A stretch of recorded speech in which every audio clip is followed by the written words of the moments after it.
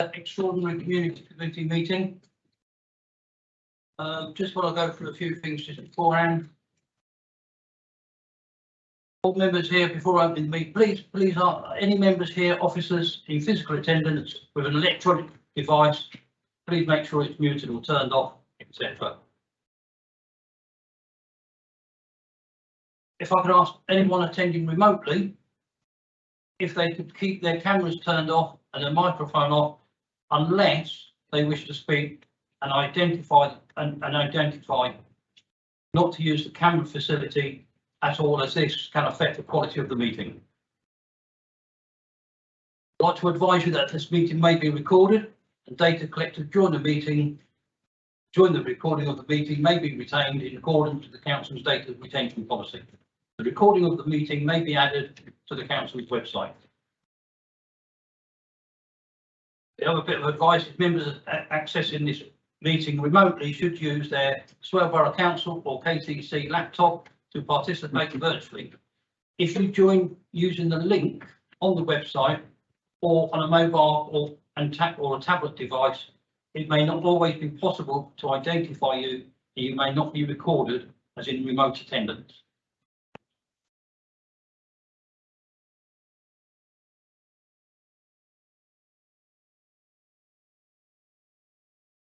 As I say, welcome to the Extraordinary Community Committee meeting.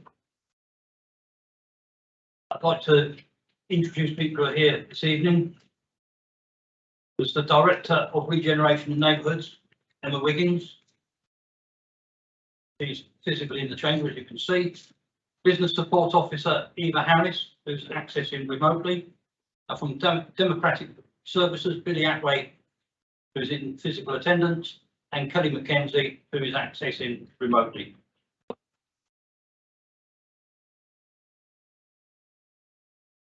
We've got a member of the public present, so I'll go through the emergency procedure so that everyone's clear of that.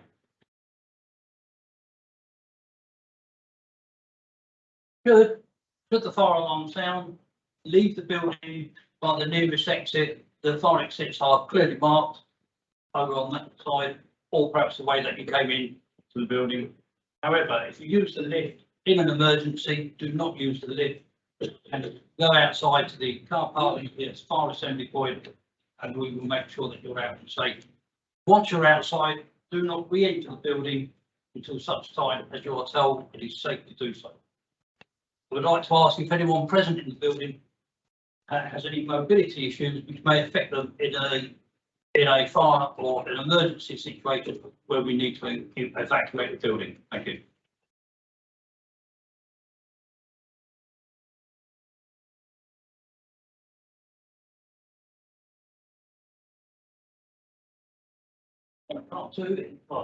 Agenda 2, apologies for absence and confirmation of substitutes. Thank you, Chair. I have apologies for absence for Councillor Lee McCall, who's substituted by Councillor Monique Bonney, Councillor Hannah Perkin, whose substitute is Councillor Mike Henderson, and Councillor Cameron Beard, whose substitute is Councillor Peter Marchington. Okay, thank you for that. 3 declarations of interest. If I could ask if any councillor has any declarations of interest on any items on the agenda tonight, or item.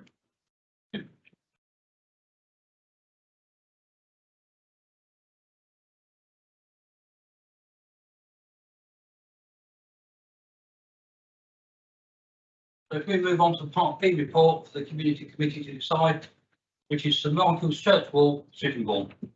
And if I could ask the officer, Eva Harris, if she could introduce the report, please. Thank you. Good evening, all.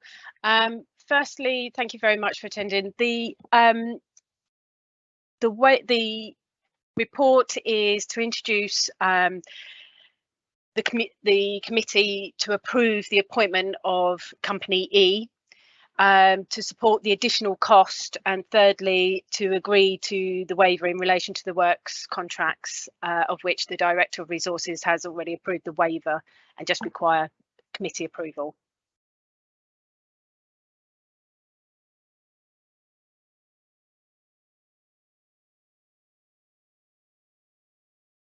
Just to like, the reason for the extraordinary committee is because the project was originally budgeted for 100,000.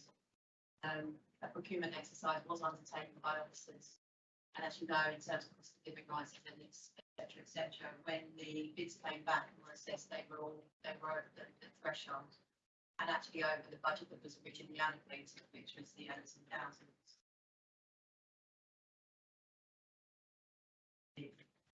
So I think ultimately, for us to be able to carry out these works and the timescale involved with regards to building and type of work this is, it couldn't go to the September committee because there was the risk that we missed the timescales needed to do such works, which would contribute to the regeneration of High Street, but also that if we were to go out to tender again, those prices that are at the moment not fixed would most likely escalate even higher and require us to make a decision on budget down.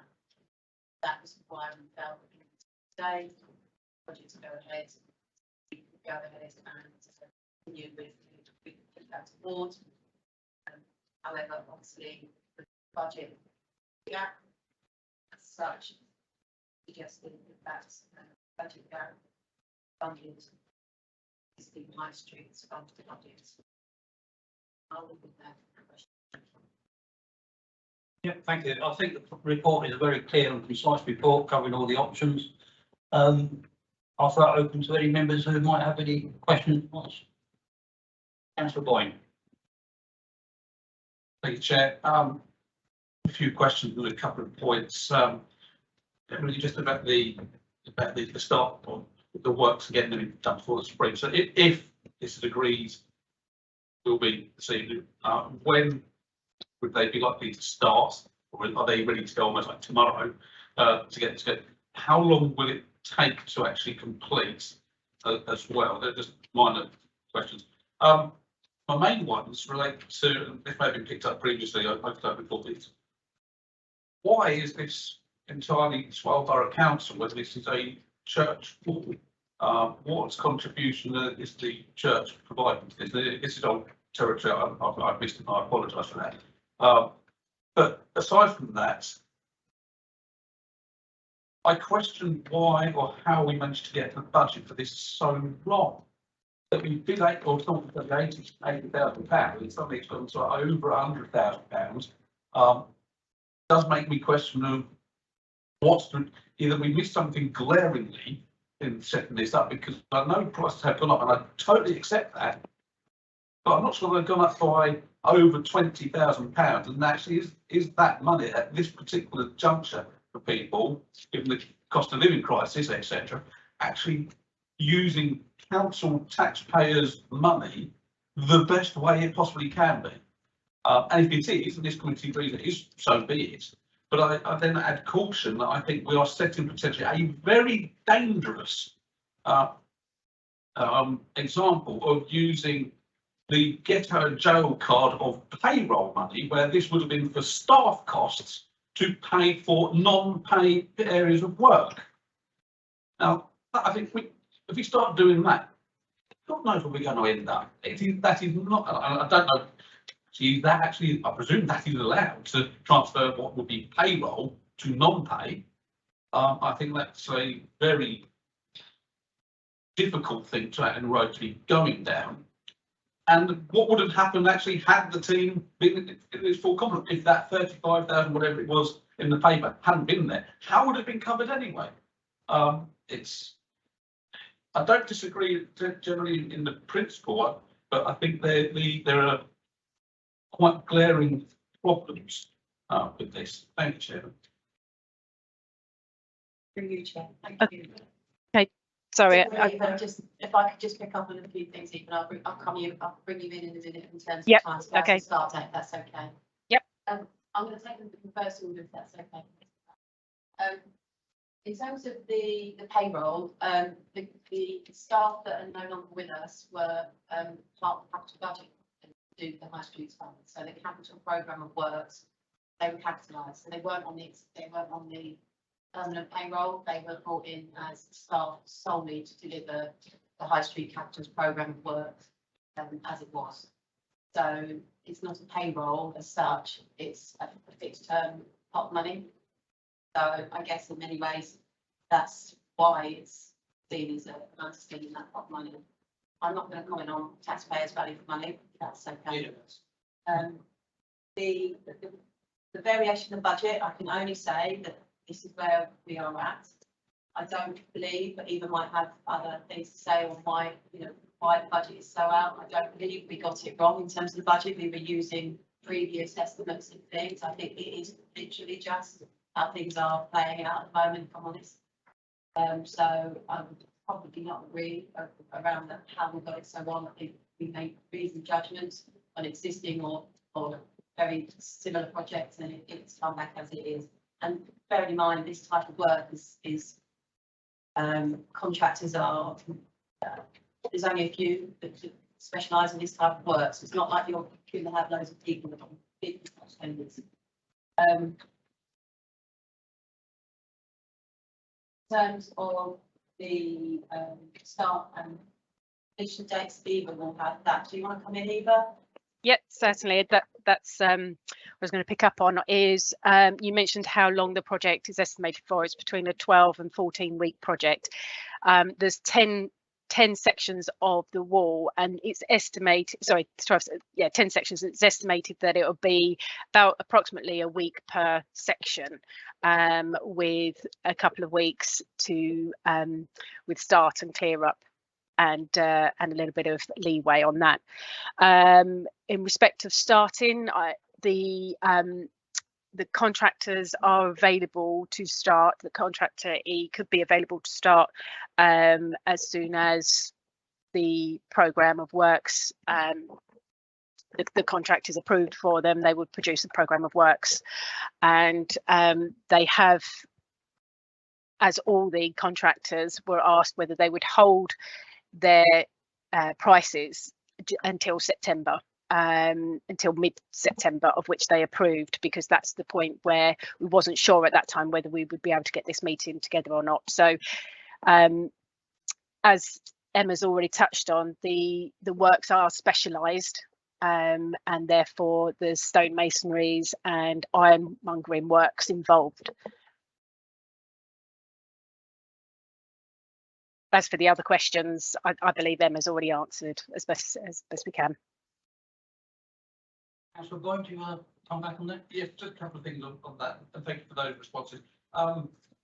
Staff costs, again, I come back to if the staff, I say payroll, but I take your point. If the costs for staff in this project were only part of it, and now they've got, again, we would therefore presume wouldn't be doing this piece of work had the staff stayed, because it wouldn't have been budgeted for, because we are now using the budget that was allocated for this project for staffing costs to undertake this piece of work. And again, just on the other point in terms of dates, if they're not looking to start to September and it's 10 to 12 weeks, that's going to be putting this work through September, October, no, potentially into November. Is that not going to be great weather either? So looking at the point in the paper that says start spring 2023, we might be hitting the bad weather in part of this anyway. Thank you. Sorry, I was going to say that I would, although it be a JCT minor works, I would be looking to have a letter of intent issued immediately, i.e. tomorrow, with them to start works as soon as possible.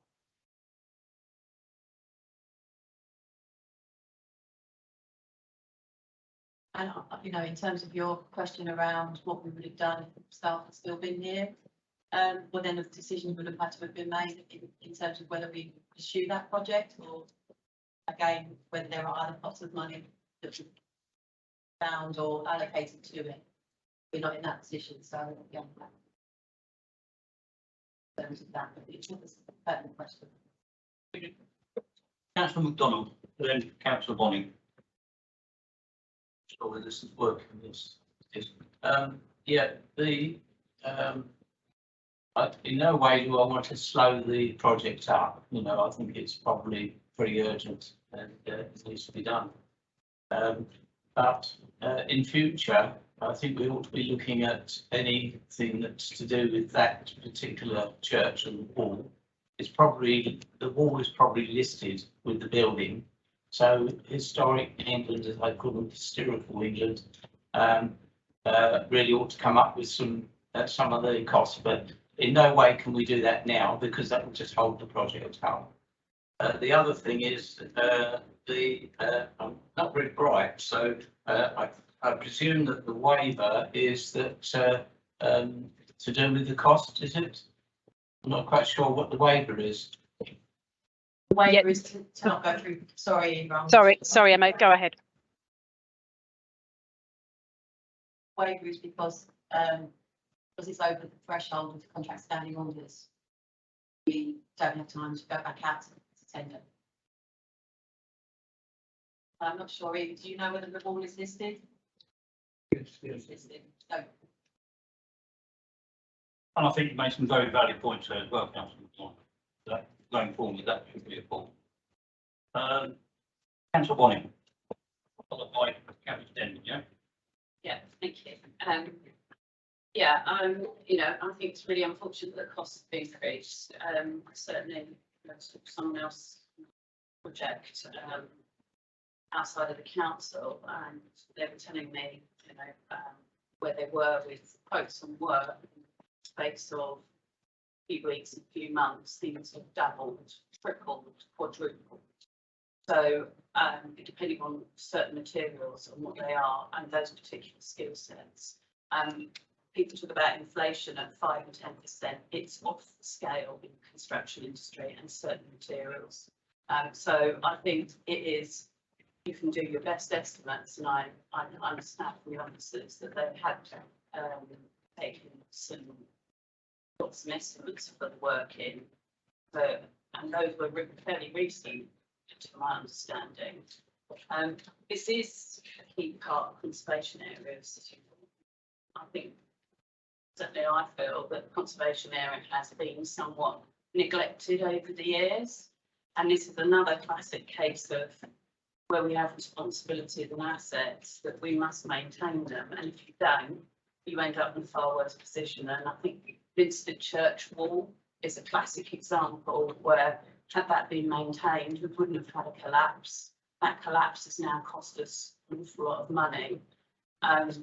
This is in the heart of conservation area. I think we see a very strong desire to show willing to for the conservation area, and I certainly would like to see these works proceed.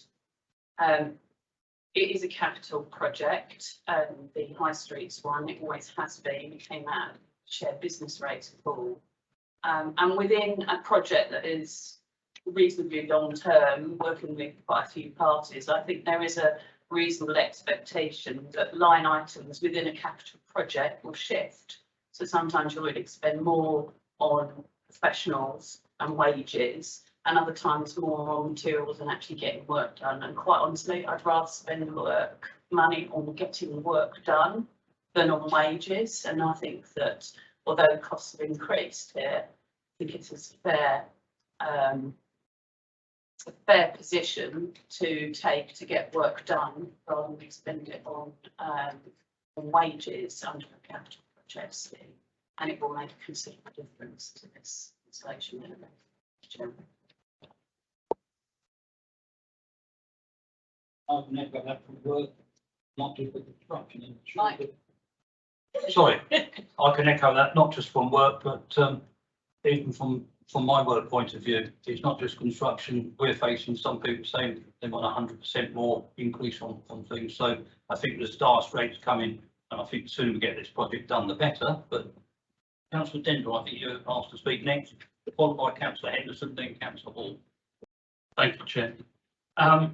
Yeah, you didn't. I don't think you answered one of Councillor Bowen's questions. The first one he actually asked, and I want to go a little bit further into that. Councillor MacDonald actually brought it up as well, and it's where's the money coming from? Where should the money come from? These walls, I believe, are part of the diocese. Does any money come from the diocese? Councillor MacDonald brought up the historic element of it and heritage. Does any money come from their societies? And just what is our responsibility in legal terms to a wall that's actually on church grounds? I am not disagreeing with what we're doing in this case, but I think those are questions that need to be asked and answered. Surely they must take some responsibility for the things we're doing on their grounds. Also, I think I'm a little worried. Again, I'm not against this particular one, but we've created a precedent. We've already heard about Lidsden. We created a precedent for many other churchyards, and yet again, where are the dioceses? Where's the other money? Is it always going to be down to us, for our taxpayers, to pay for this? And which walls? I mean, it's a simple question for this. I can't remember now. There's a wall in the front of St Michael's and there's a wall at the back. Is it both of those walls? Thanks.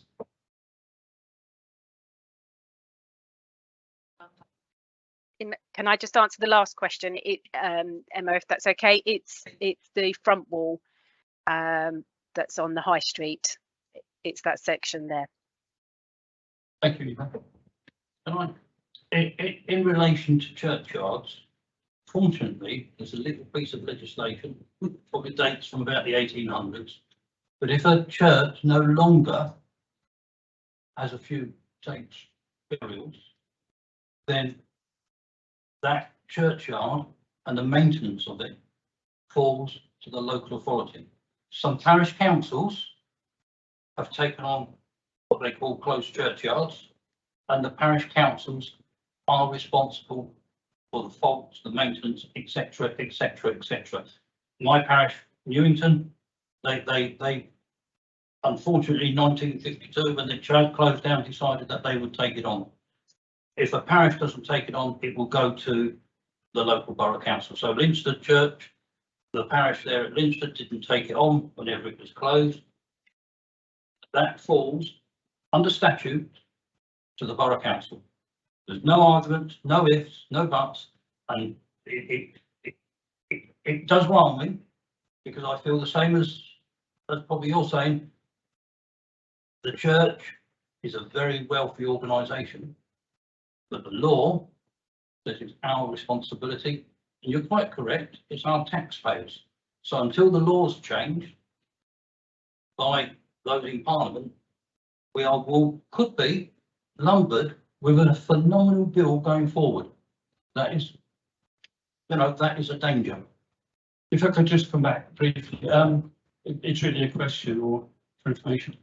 When you say where they are no longer doing burials, yes, are you saying that even if the church, and which though next to where those burials are being done, is still active? Yes, it's a those churchyard. That is the bit that I do not understand. And yes, well, I would like the law changed, please. Well, there's many bits of legislation that's the law. Unfortunately, the church can be fully functional, can be taking weddings, etc., etc. If it doesn't take any burials, then there's full charge. Thank you for correcting me. But as I say, I'm ridiculous law. I've got Councillor Henderson, followed by Councillor Hall.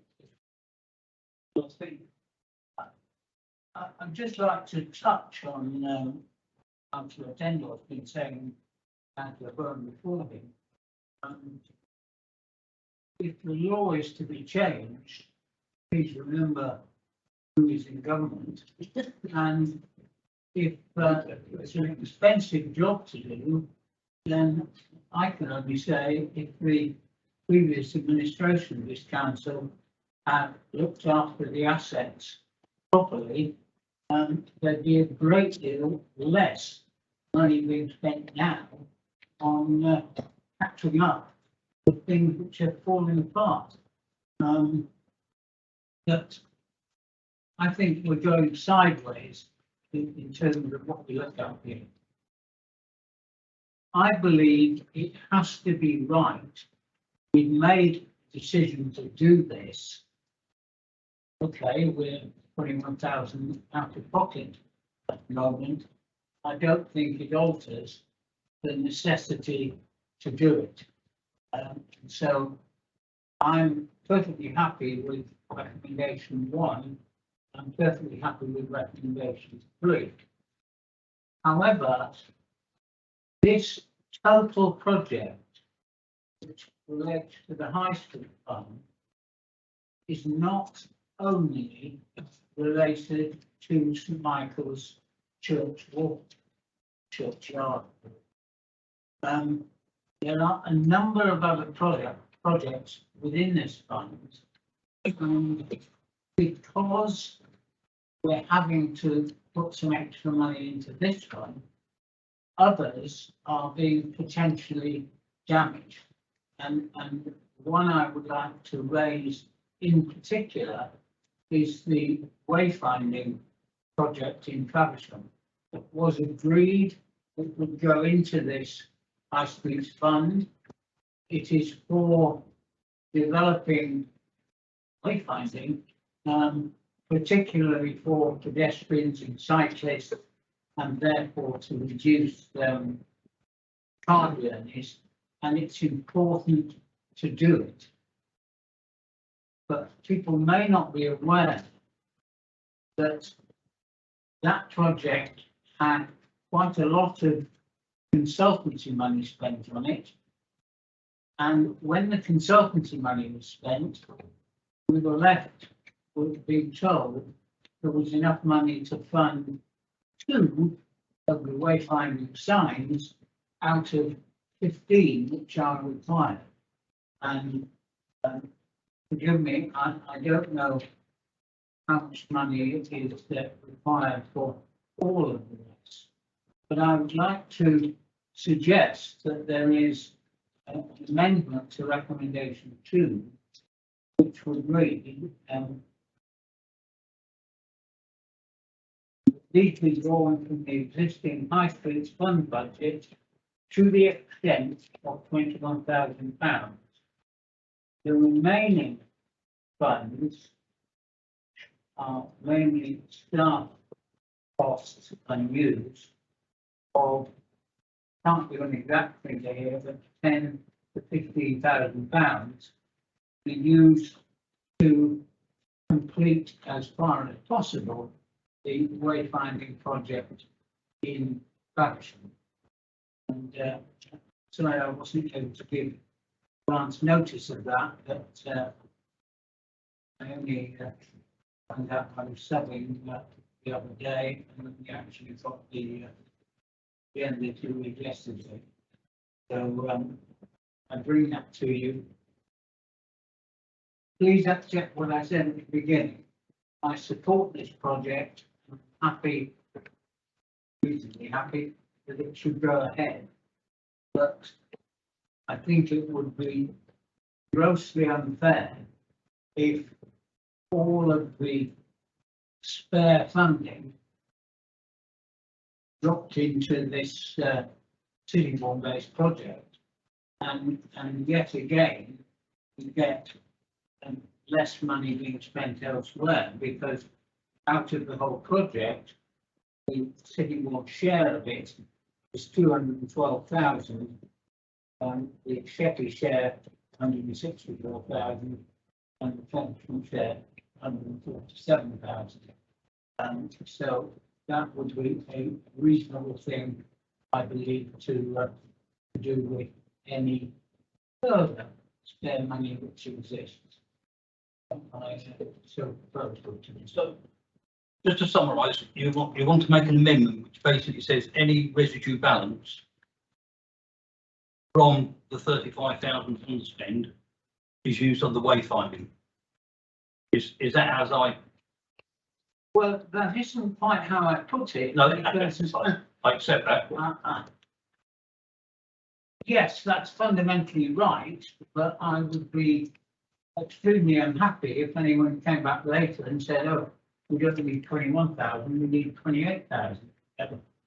I mean, we have a firm proposal of 108,500.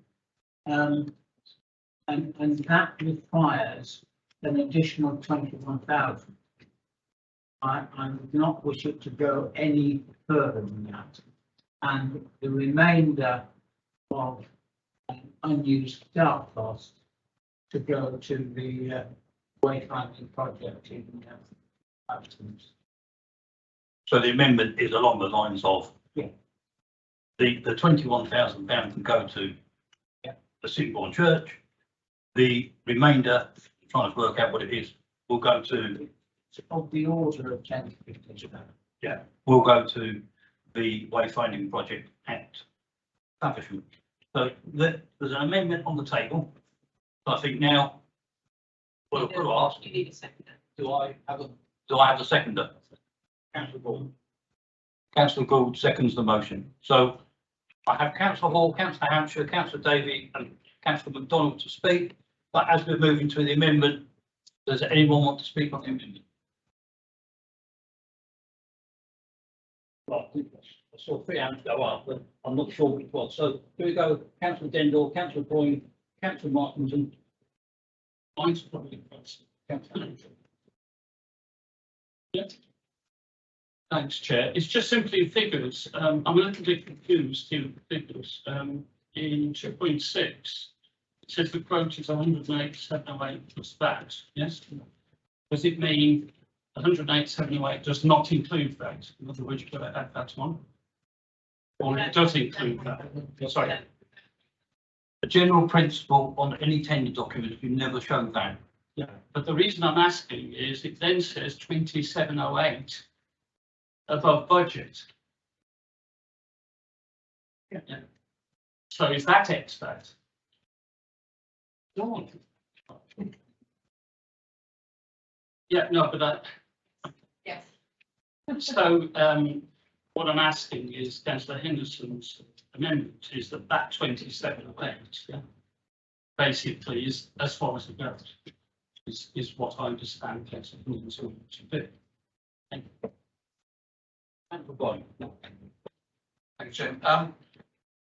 Back to the sort of the procedure aspect. We've been full council about the change of amendments without notice, etc. We have one here. I personally don't have anything particularly against it. What I would suggest, I don't think it's necessarily appropriate as part of this particular paper, which is focusing on the church wall, as opposed to the wider, bigger, substantive item of this, which I would suggest is not appropriate for an amendment to this paper, but I would much rather see a proper paper come back at the next meeting that outlines what we're going to do with all the rest of this. Because if we say we're going to throw this much money into Faversham, what about? What else? Checking what else is there? So I think we should deal with this on the table, and everything else, let's have it in September as a separate discussion. But it's a good point.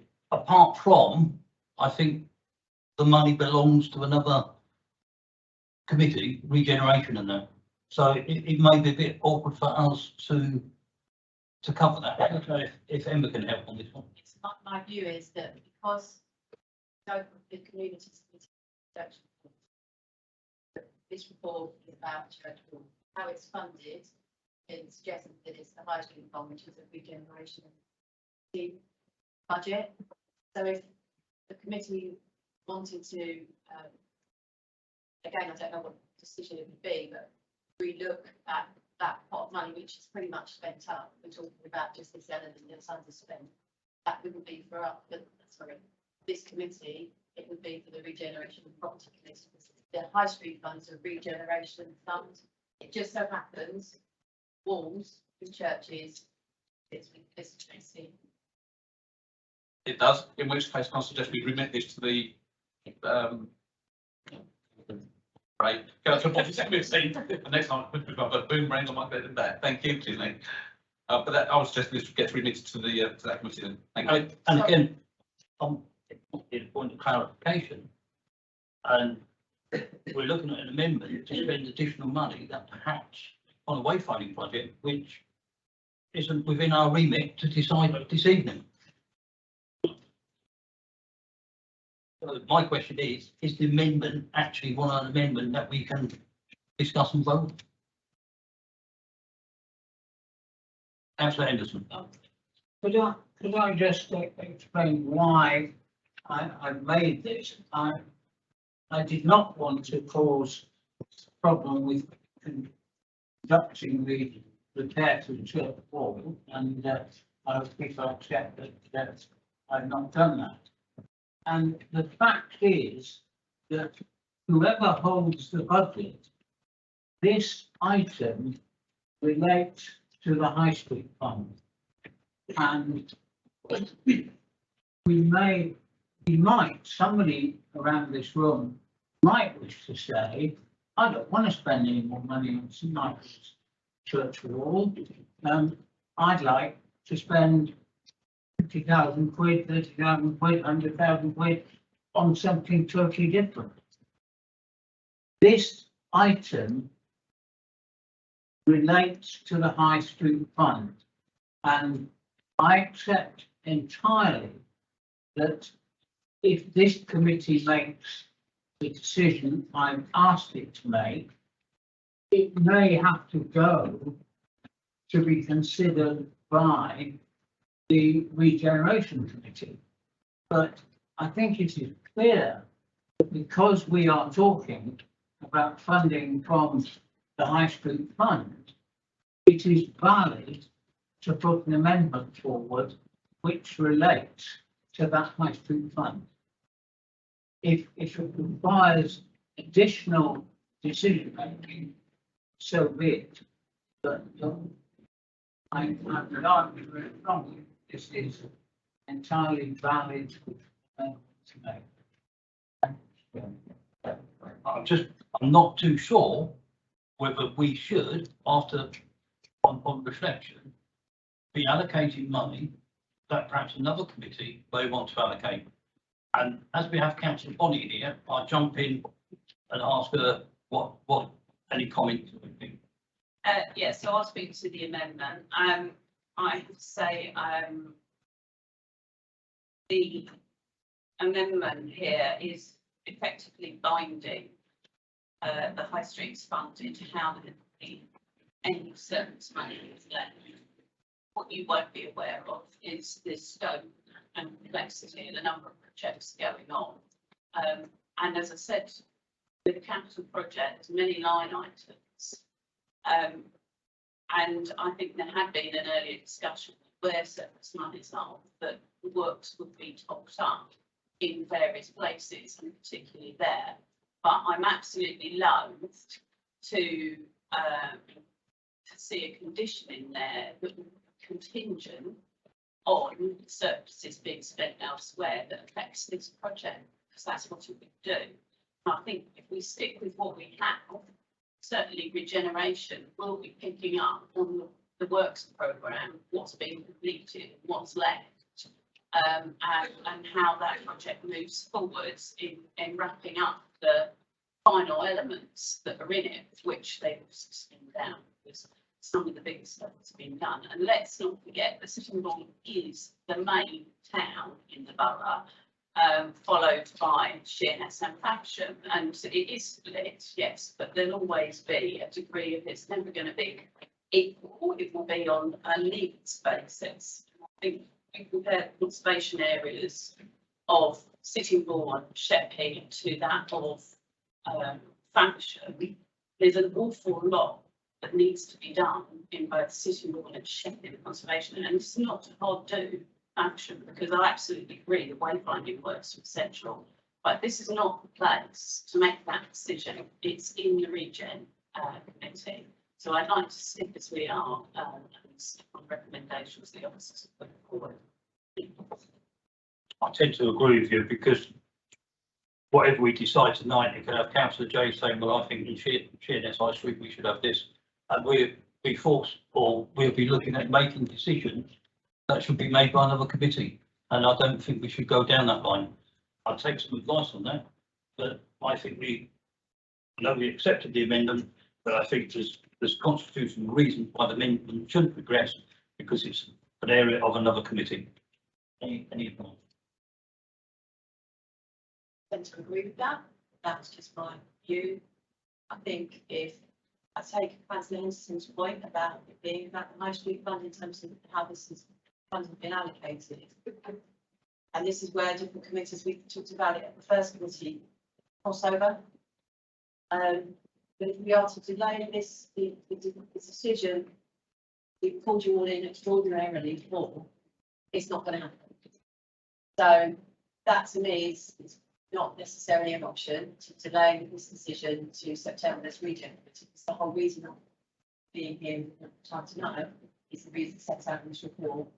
So if you are not, don't make that decision tonight, the decision will be delayed and that then which is well, living in your gift. But there are consequences for delaying this because it now needs to go to the region committee as a result of the fact that some of the funding is allocated by that one. I think two different arguments there. This report is about doing project officer. Regardless of where it's funded, that does this committee want to do this project? Point of order, Chair. So it was agreed at the last full council meeting regarding amendments to service committees. It says committee chairs may waiver the rule during a meeting on a case-by-case basis where it appears that the proposed amendment would have the committee support. From what I'm hearing, it doesn't have the support, and therefore we shouldn't even be debating this amendment.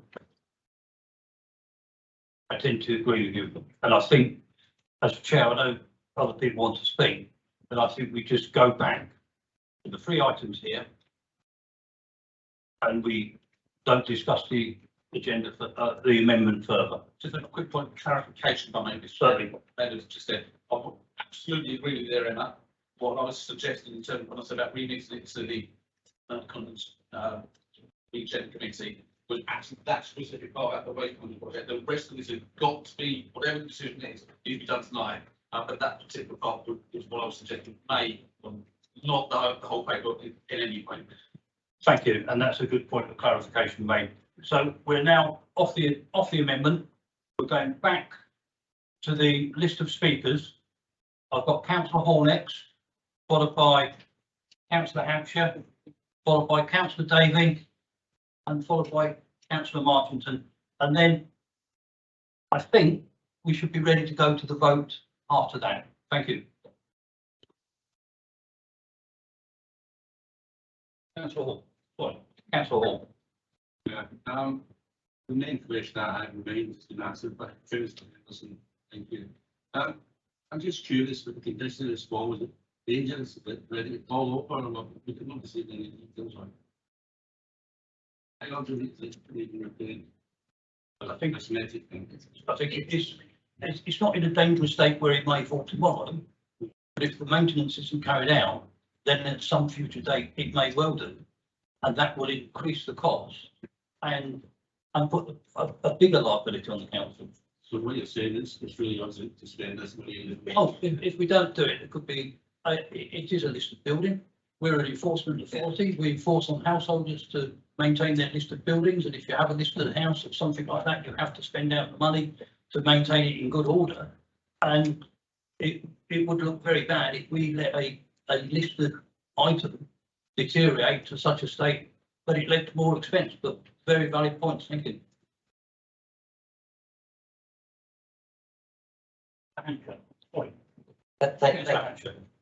Thank you, Chair. So a couple of things, if I may, please. But going back on just what Councillor Hall said, I think, given that the condition, although it's not in a detriment, going to fall down immediately, the fact that it's been brought to men's attention that there is a possible risk, I think it really gives the council no choice but to actually see the work done, because heaven forbid you left it and then something did happen and you chose not to act when you had the opportunity to act. I think that actually puts the council in a very, very difficult position. A couple of things I wanted to say was what is disappointing in this paper is it makes reference to the High Street Fund. And it would have been nice to actually know what the High Street Fund could be spent on, because actually this may not be the best use of the High Street Fund to achieve the aims of what that funding pot is to be allocated for.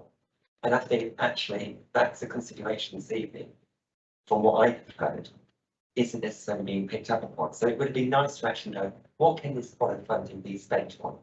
And then, you know, Councillor Henson's come up with an idea as to what he may prefer money from that fund to be spent on. But equally, we as a committee can go, well, actually, we think a better use is this, or even make a recommendation for the amount that we're not allocating. So where your amendment, Councillor Henderson, was very much, I want the 15,000 to be allocated to this project, perhaps maybe better to suggest, I recommend that the 15,000, and then the other committee can consider whether that recommendation is something that they wish to allocate that funding to. It may, you know, got round the legalistic hurdle, but there we go. What I think is most concerning is this idea that if you don't accept a variant, you're responsible for church walk. And there's nothing in this paper that is telling me actually what churches in the borough fall into that category. And therefore, you agree to do the work on this, but potentially, what are you signing yourself up to in the future? And I'm sure, you know, any church that was in a similar situation as to St Michael's would be very interested in trying to get the council to pay for work which they thought may have been their responsibility in the first place. So I do think that's the dangerous thing, the decision that are being taken, being asked to take tonight. And equally, although the tendering process that has been followed may not be strictly how it should have been done, I would imagine the outcome wouldn't necessarily have been the same. You said they went over the 100,000, so should have done a different route, and that's why we're having the waiver. And I just think in the current climate, it says something. It says it under 2.5. 9 quotes were received, all of which received £100,000, meaning the full tender process should have been undertaken.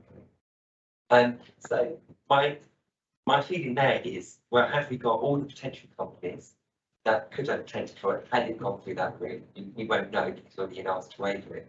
And I think that sets a very dangerous precedent for the future on other projects, because clearly with inflation running at 11%, and any company now can pass on their costs, it's kind of built into the system. You could find yourself in an awful lot of contracts in this situation, and then you're changing the rules. So actually, I think this, although the intention is well, it is good, and although the council signed up to do the project, and although I'm not saying the project isn't worthy of being done, I do think there are some elements of warning signs in the approach that this council is taking to actually the liabilities that the council could be incurring in the future, which ultimately will be borne by the residents through the taxes that they pay. Yes, and as we answered earlier on, it's a legal requirement that the council has to comply with. It would be interesting, perhaps in the future, to find out what the liability is and the number of closed churchyards within the borough. And then we will find out.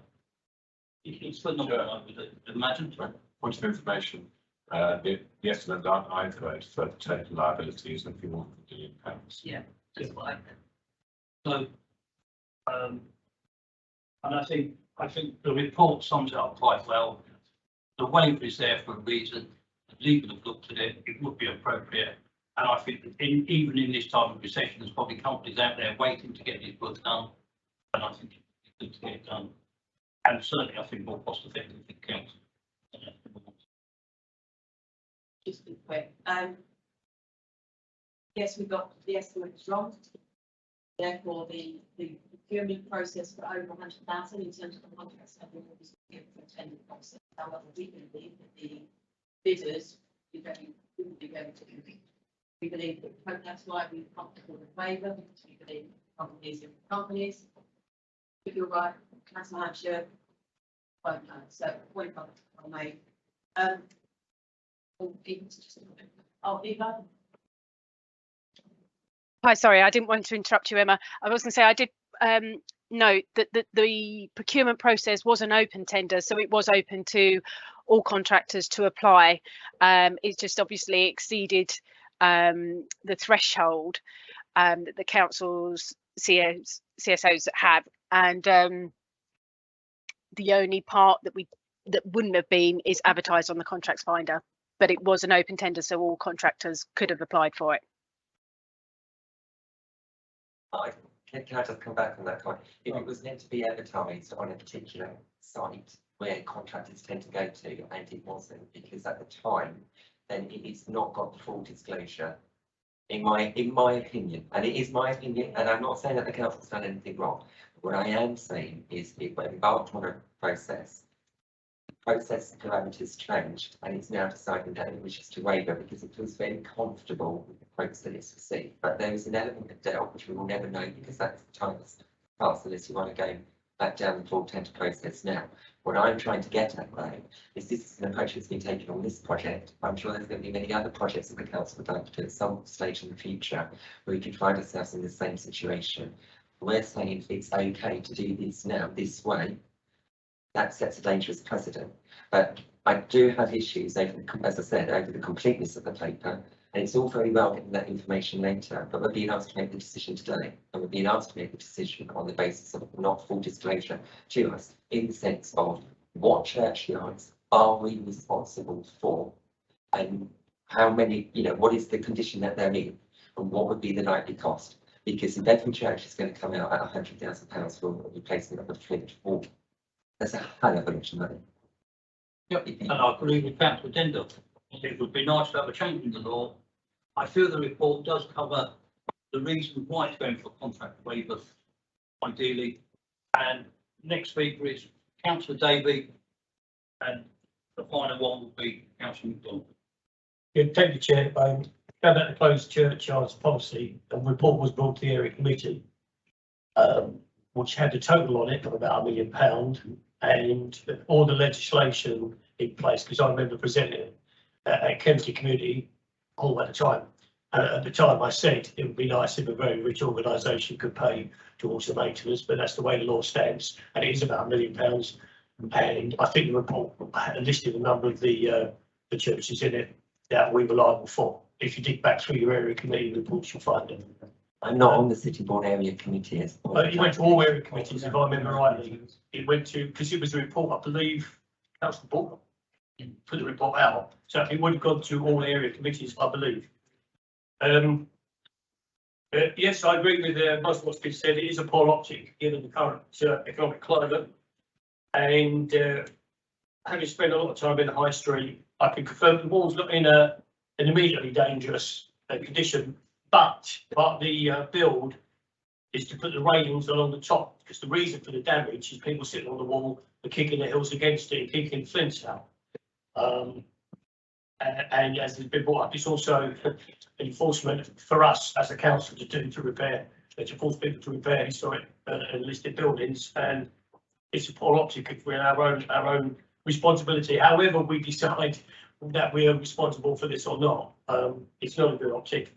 And we have to, I think we have to agree with the paper as is, and to get this work started. Inflation is, I think, 12.9 at the moment. It's set to rise higher. Costs will go up, and if we delay any more, it probably could cost twice as much the way prices are rising at the moment. And so I think it's essential to agree to the paper to HR. Thank you for that, Councillor Davey. Points and good points well made. Councillor McDonald. Yes, yeah, I totally agree. And I think the danger is that if we don't accept it now, if the wall was to fall over, it would cost you an awful lot more money to reinstate it. And we might even have unfortunate claims for people that may or may not be injured. So I think that, it desperately needs doing. And I totally endorse your comments, Mr. Chairman, earlier on. A closed churchyard is the responsibility of the local authority, and of course that becomes Wales' responsibility. So unless it's a bit, as you say, adopted by one of the parishes, but there are, I know on Sheppey, in Minster we've got 3 closed churchyards.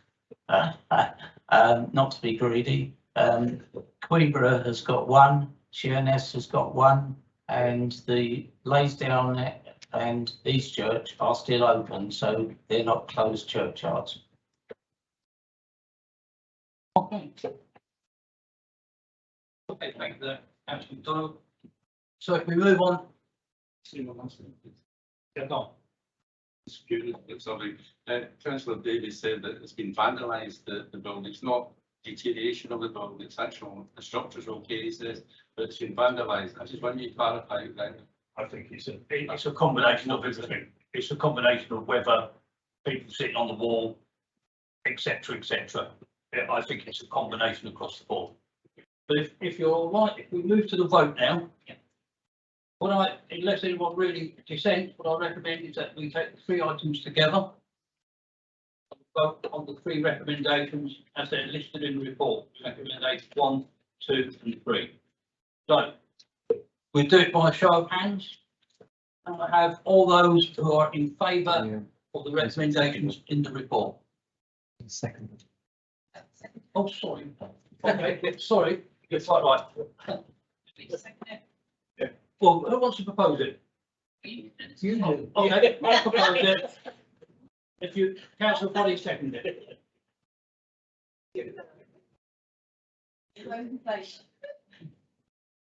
Right, all those in favour of the report, vote.